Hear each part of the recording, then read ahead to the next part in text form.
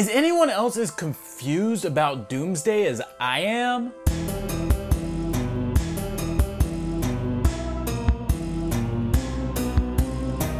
Because it's Thursday.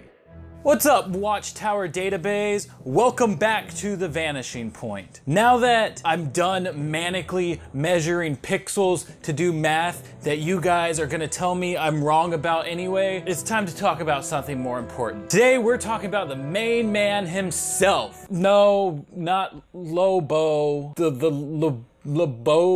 lobotomized Doomsday. The only lobotomized character in the DCAU. Before anyone tells me I'm wrong in the comments, the Arkham people in Justice Lord's universe doesn't count. That's not DC animated universe. Ow. Now that the death of Superman is finally here through the DC Universe animated original movies line, not like we've gotten that before, I figured to prepare for its release, I would go back through the DCAU appearances of Doomsday, and ooh boy is he a confusing mess. Not as much so as maybe a certain Batsuit, but just hear me out. In Doomsday's first appearance in the DCAU, no, James, not that one. Take it down, that got retconned out. It's heavily implied that Doomsday was an alien that came to our planet. But I had to see the best this planet had to offer. I am not impressed. And yet, in his next appearance, we're told, no, that's not it at all. He was an experiment created by Amanda Waller and Emil Hamilton. Does that sound kind of familiar?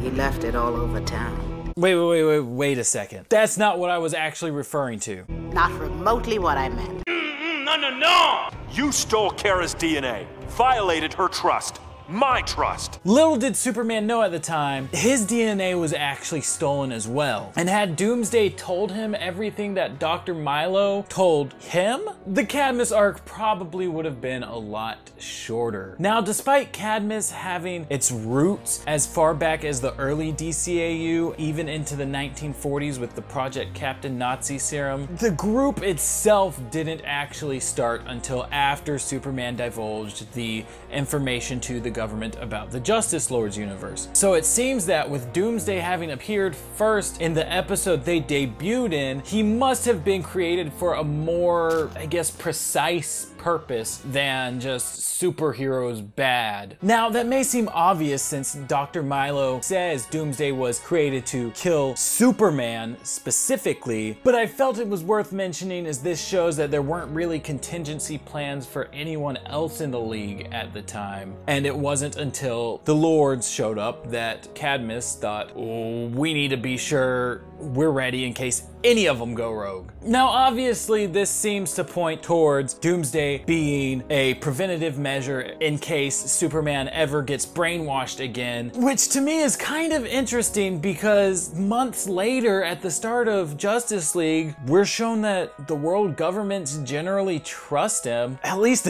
enough to just take away their entire nuclear arsenal. This leads me to believe that perhaps the events of Secret Origins were a catalyst that led to the creation of Doomsday, since it seems Superman's way of dealing with the situation was a little bit misguided. Maybe we can't trust him. While Dr. Hamilton wasn't ever seen in the original Justice League series, except for this one issue of Justice League Adventures where it specifically says it happens in 2004, despite Green Lantern having his Justice League look rather than his Justice League Unlimited look, which triggers me due to math reasons. It would stand to reason Superman returned to him for medical attention at least sometime during that show's run, at which point Hamilton would have collected the DNA sample that he needed to create Doomsday. So for those of you having a hard time kind of following along at home, the timeline kind of goes like this. First, Superman gets brainwashed by Darkseid. Then Emil Hamilton secretly takes Supergirl's DNA during those events. Eventually he gets Superman's DNA and sometime later starts work with Amanda Waller on the Doomsday Project. Doomsday becomes uncontrollable, so Professor Hamilton and Amanda Waller try to shoot him off in a rocket. Coincidentally, at the same time, the Lords appear in the main Earth. And for some reason, Doomsday is acting as if he's an alien. Then he's lobotomized by Lord Superman. And about a year later, his brain is just fully repaired, goes after Superman again, who throws him into a volcano, and after that, he's encased in lava and sent into the Phantom Zone.